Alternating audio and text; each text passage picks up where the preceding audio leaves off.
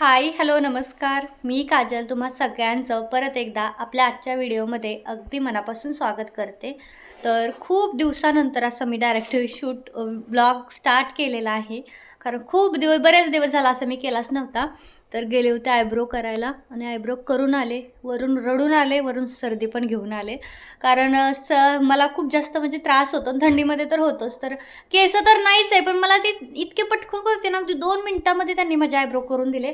पण तेवढं मला 2 मिनिटं ते नको वाटतात. 1 मिनिटसुद्धा नको वाटतं. असं वाटतं नको यार, नको यार, हे नको. म्हणजे फेशियल वगैरे असलं सगळं आवडतं, पण हे आयब्रो तेवढे नाही आवडत. तर म्हटलं करावेत, आता एवढा संक्रांतीचा सण आहे तर. म्हणून मग करून घेतलं. तसंही चेहरा खूप डल डल डल झालेला आहे.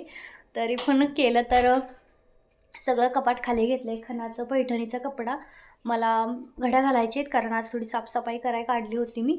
आणि त्याचसोबत इकडं माझी ऑरेंजची म्हणजेच की शिवजयंतीची तयारी सुरू आहे. ते पण सोबत करत होते आज त्याच्यामुळे. आणि सकाळीच मला संक्रांती ज्या आहेत ना तर ते पूजायच्या होत्या, पण मी बाहेर गेली, भाजीपाला घेऊन आली, कारण काल सेकंड शिफ्ट होती. त्यानंतर ते निवडलं, खेंदाट बनवलं, त्यानंतर ह्यांना शाळेत त्यांना कामावर पाठवलं. मग मी थोडंसं आवरलं, थकून गेले होते. तर मग मी दुपारी खूप लेट झाला. मग म्हटलं आता नको संक्रांती पूजायचं, आता संध्याकाळी पूजायचा विचार करते. ते पण रुद्र घरी विचारते आधी की आत्ता पूजू की सकाळच डायरेक्ट पूजू, कारण संध्याकाळी पुजतात की नाही माहीत नाही. आमच्या इकडं आदल्या सकाळचे पुजतात, दुसऱ्या दिवशी सकाळचं घेऊन मग जातात बहुतेक. तर मग त्यामुळे माझी बहीण खूप महाग लागली होती की ये मुंबईला ये, विडा घे वगैरे, कारण मी घेतलेला नाही आहे लग्नापासून, सगळ्यांकडे आहे. तर ती मला थोडंसं असं वाटतं की आपण इकडे राहतो तिकडे राहतो, ते प्रॉपर होतं की नाही, ते विड्याचं वगैरे खूप लागतं त्याला. कारण मी बघितलेलं आहे आमच्या काकींचं, त्या कसं करतात खूप. पण त्यांचा तर 25चा आहे. 25 वस्तू गोळा करणं वगैरे खूप म्हणजे अवघड आहे. 5 तर होऊ शकतात गोळा, असं काही नाही. पण मग मी कुणाकडे वरून तरी घ्यावा लागेल. आणि इकडे ज्या पण माझ्या मैत्रिणी घेतात ना त्या 25चा घेतात, आणि मला 25चा वगैरे नको आहे. कारण 25चा म्हणजे जरा जास्तच होतं आहे. एवढं माझ्याच्याने होईल असं वाटत नाही. मग मला 5चा घ्यायचा, जो की माझ्या बहिणीकडे आहे. मग मला मुंबईला जावं लागेल. ती बोलवते, प्रत्येक वर्षी बोलवते की आत्ता तरी घे, आत्ता तरी घे. तर इतकी वर्ष झाली लग्नाला. काय बोल की, स्टिकर आणून दे. कसले स्टिकर? ठीक आहे, आणूया. ओके, एअर ट्रान्सपोर्टचे का? ओके.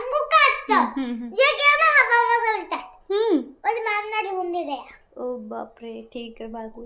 तर चला, तर पहिल्यांदा मी आवरते इकडचा राडा, त्यासोबत तिकडचा राडा, आणि त्याच्यानंतर मग मी आता पुढचं विचार करते. सोफा पण मी साफ करायला काढला होता, किचन पण म्हणजे काढलेलं आहे साफ करायला. सगळं सुरू आहे आज माझं, सगळं सोबतच सुरू आहे. सगळ्यात आधी म्हटलं, हा जो 2 महिन्याचा म्हणजे 1.5-2 महिन्याचा तरी हा असेलच ह्याचा खणांचा आणि फॅब्रिकचा राडा. तसं मध्ये मध्ये रुद्रचे पप्पा आवरतात, जसा वेळ भेटेल तसा. पण माझ्याच्याने तर पॉसिबल नाही आहे, कारण माझा खूपच टाईम आता बिझी राहतो. त्याच्यामुळे शेड्यूल ठरलेलं असते की बाबा आपल्याला आज एवढं काम करायचं आहे, तेवढे करायचं आहे. आणि आता मी आहे 2-3 दिवस थोडीशी फ्री, त्यामुळे मस्त एन्जॉय करणार आहे. आणि तुम्हाला एक गोष्ट सांगायची राहिली होती. जसं माझ्यासोबतही इतका मोठा प्रॉब्लेम झाला, त्याच्यासोबत अजून एक म्हणजे म्हणतात ना, नवीन वर्षाची सुरुवातच माझ्यासाठी वाईट झाली होती. आणि नको वाटत होतं मला हे वर्ष. म्हणजे मला असं वाटलं, काय यार, कशाला आला असेल हे वर्ष, आणि पुढचं तर कसं जाईल. अजून तर पुढे इतके महिने आहेत, आताशी तर स्टार्टिंग होती. तर ज्या दिवशी माझं बंद पडलं ना मोबाईल, त्याच्या दुसऱ्या दिवशीच माझं कानातलं सुद्धा जे डायमंडचं होतं ना, तर ते हरवलं होतं. म्हणजे सुरुवातच माझ्या इतक्या वाईट झाल्यात. पण मला असं वाटलं की यार बेडवरती वगैरे झोप पडलं असेल, सापडेल, पण काही सापडलं नाही. आणि त्याच्यामध्ये मला वाटते 16 की 17 डायमंड होते. थोडंसं 18 कॅरेटचं होतं, त्यामुळे सोन्याचं इतकं नव्हतं, पण डायमंड होते जरा. जवळजवळ 8-10 हजार रुपये तिथेसुद्धा माझे गेले होते, त्यामुळं वाईट वाटत होतं. तर हा एक खणाचा माझ्याकडे कपडा आहे बघा, ब्लाऊज पीस. आणि माझ्याकडचे ओरिजिनल खण आहे, कसं ओळखायचं बघा, आतून आणि बाहेरून दोन्हीकडून जर सारखं असेल ना तर म्हणायचं हे ओरिजिनल आहे. आणि आतून वेगळंच दिसतंय, बाहेरून वेगळंच दिसतंय, तर ते मग ओरिजिनल नसतं, त्याच्यामध्ये मिक्स असतं, हे लक्षात ठेवायचं. आणि हा ब्लाऊज पीस ना तुम्ही नक्की घ्या. मी स्वतःसाठी पण शिवणार आहे, वेळ भेटत नव्हता, पण आता आहे 2-3 दिवस फ्री, तर स्वतःसाठी काही मी कपडे रेडी करेन. कारण आता गावाला पण जायचं आहे, आणि मला ती पण शॉपिंग करायची आहे. मला ते पण बऱ्यापैकी गोष्टी घ्यायच्या आहेत. बरेच दिवस झालं स्वतःसाठी काही शॉपिंग केलेली नाही आहे. मग चालू आहे माझं. आणि मेन तर मला घरासाठी करायचं आहे, म्हणजे मला कुकर घ्यायचा आहे. आणि अजून 2-4 वस्तू आहेत ज्या किचनच्या मला ज्या महत्त्वाच्या आहेत त्या घ्यायच्या आहेत. मिक्सरचं भांडं तर मी घेतलं, त्यात काय आता विषय नाही. मला कुकर आता एक अर्जंटमध्ये लागणारच आहे. कारण जर तुमच्याकडे म्हणजे मी नोटीस केले कामवाली जर बाई असेल ना, म्हणजे एक दिवस जरी त्यांनी गॅप घेतला ना तरी पण प्रॉब्लेम येतो. त्यामुळे मग आपल्याकडे एक्स्ट्राचे जर भांडे असतील ना तर काही प्रॉब्लेम येत नाही. मी पातेल्यांचा सेट घेतला होता बघा मिशोवरून. एवढी सुपर डुपर हेट ते पातेले आहेत ना, 5चा काहीतरी सेट होता का 3चा होता काय माहीत नाही, आठवत नाही एवढं. त्याच्यावर झाकणं पण होती आणि 300च्या आतमध्येच होता काहीतरी. इतकी जबर क्वालिटी आहे ना, त्याच्यामुळे मला पातेले आता चहा करायला वगैरे कमी पडत नाही. कारण मी इतका चहा पिले ना एवढ्या दिवसामध्ये, 3-3, 4-4, 5-5 वेळा चहा करायचं म्हणजे ती किती भांडी लागत होती. मी गाळण्यासुद्धा माझ्याकडे 7-8 गाळण्या मी आणून ठेवल्यात. कारण मग लागतातच मला तेवढं. आत्ता पहिलं नव्हतं लागत पण आत्ता लागतातच. आणि कामवाले असेल ना तर मग पाहिजेच तुमच्याकडे डबल भांडी. त्यात माझ्याकडे कुकर तेवढा माझ्याकडे डबल नाही आहे. बाकी तवे, कढया सगळंच डबल टिबल आहे. पण कुकर नाही आहे. त्यात हा माझा कुकर खराब पण झाला, शिट्टी नाही मारत. तर त्याच्यामुळे तर आता आवरलं होतं आणि तशीच म्हणजे तयार वगैरे नाही झाली. म्हटलं काय सुगडच पुजायचे आहे, तसेच आपण घेऊयात पुजून. तसंच मी सकाळपासूनच या कपड्यावरती आहे, बाहेर गेली होती, तिकडनं सामान घेऊन आले. आणि खरं सांगू का, गुजरातमध्ये किंवा दुसऱ्या जे आपण ह्याच्यात राहतो राज्यात, पण अर्ध्यापेक्षा जास्त लोक आपल्या इकडचीच असतात. आता इथं आम्ही राहतो ना तरी तिथेही म्हणजे 50% लोकं तर मराठीच आहेत आणि 50%च गुजराती असतील. म्हणजे मराठ्यांनी जास्त भरलेलं आहे इकडे. फक्त एवढंच की आपण नवीन असतो तर आपल्याला नेमकं हे सामान कुठं भेटतं एक्झॅक्ट ते माहीत नसतं. नाहीतर मग महाराष्ट्राचं एखादं दुकान असतंच. तसं आता मला दमनचं सगळं माहीत झालं होतं, कुठे काय मराठी लोकांचं सामान किंवा मग महालक्ष्मीचं पुस्तक म्हणा वगैरे महात्म्य, ते सगळं कुठं भेटत होतं हे सगळं माहीत झालं होतं. आणि दमन खूप छोटंसं आणि खूप मस्त होतं. त्यामुळं तर आमचा विचार जाऊ द्या, आता ते विषय नाही वाढवत मी. आणि त्यामुळे इथे पण आहे बऱ्यापैकी माझ्या खूप साऱ्या मराठी लेडीज आहे, सांगतात मला इकडे जा तिकडे जा. पण प्रत्येक वेळी कुठं त्यांना कॉल करून आपण त्रास द्यायचा, म्हणून मी आपलं जिथं जे मिळते ना तिथून ते घेऊन येते. मला नर्सरीमध्ये मिळाल्या होत्या सुगड. त्यानंतर मग आता मी पूजा केली. ऊस वगैरे मेन म्हणजे मिळाला होता. आणि मी दमनला राहत होते तेव्हा ऊसाचं काही महत्त्व मी तिथे वाचलं म्हणजे पाहिलंच नव्हतं. कारण दमनमध्ये प्रत्येकच राज्यातली लोकं होती. गुजरातचीच 50% मराठी 50% असं नव्हतं. दमनमध्ये प्रत्येक राज्यातली होती.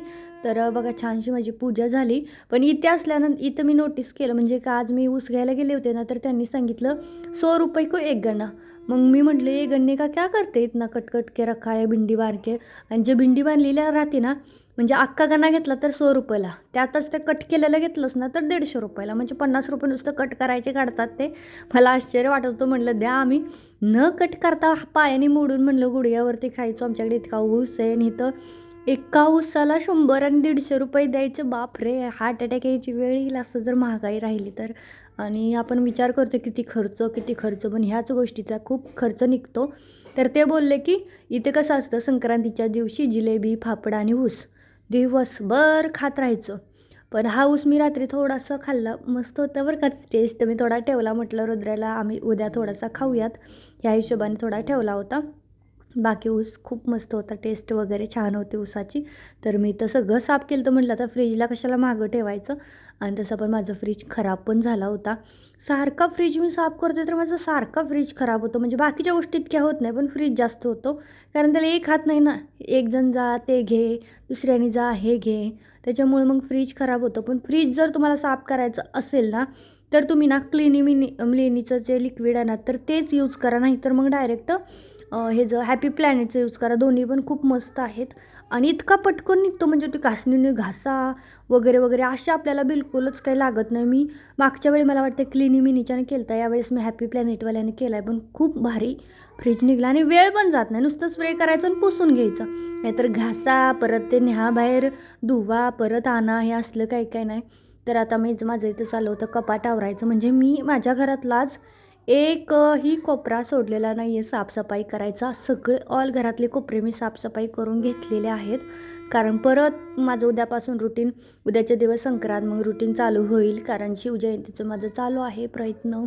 एवढा मला रिस्पॉन्स येईल शिवजयंतीला हे आधीच नाही वाटत आहे. कारण शिवजयंतीचं कसं मिनिमम लोक घेतात, तसं संक्रांतीचं ऑल म्हणजे सगळेच घेतात, कोणीच नाहीच नाही.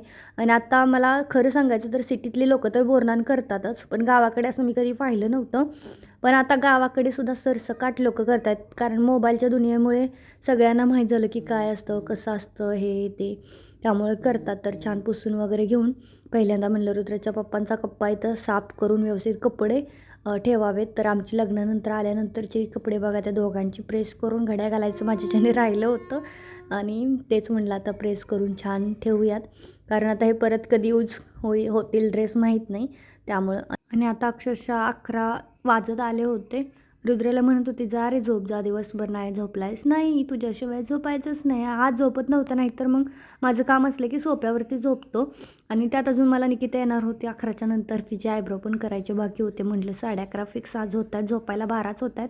तर म्हटलं ठीक आहे, कारण आपण हा एकच सण असतो की जरा व्यवस्थित राहतं. आणि हे बघा माझं सगळं फॅब्रिक वगैरे सगळं मी व्यवस्थित लावून ठेवलं आहे. किती भारी सुटसुटीत आणि मस्त वाटते, साड्या वगैरे सगळं छान लावून ठेवलेलं आहे. बाकीचं पण इकडचं भरण्या बिरण्या चकाचक, म्हणजे त्याच्या खालचं घासून त्या भरण्या व्यवस्थित धुवून पुसून सगळं ठेवलेलं होतं. जास्त नाही, पण जेवढं आहे तेवढं तरी आपल्याला करावंच लागते. आणि इथे जागा आहे ना ते बरं आहे, नाहीतर आधीच्या आधी मला खूप ॲडजस्ट करावं लागायचं, पण आता जागा आहे त्यामुळं काही नाही. आणि हे बघा इकडनं पण मस्त किचन साफ करून घेतलेलं होतं. चला तर मग तुम्हालासुद्धा संक्रांतीच्या खूप खूप साऱ्या शुभेच्छा. आणि आजचा आपला छोटासा व्हिडिओ मी इथंच थांबवते. आवडला असेल तर लाईक करा, शेअर करा आणि चॅनललाही नक्की सबस्क्राईब करा. भेटूयात पुढच्या व्हिडिओमध्ये. तोपर्यंत खुश राहा, मस्त राहा. Bye bye.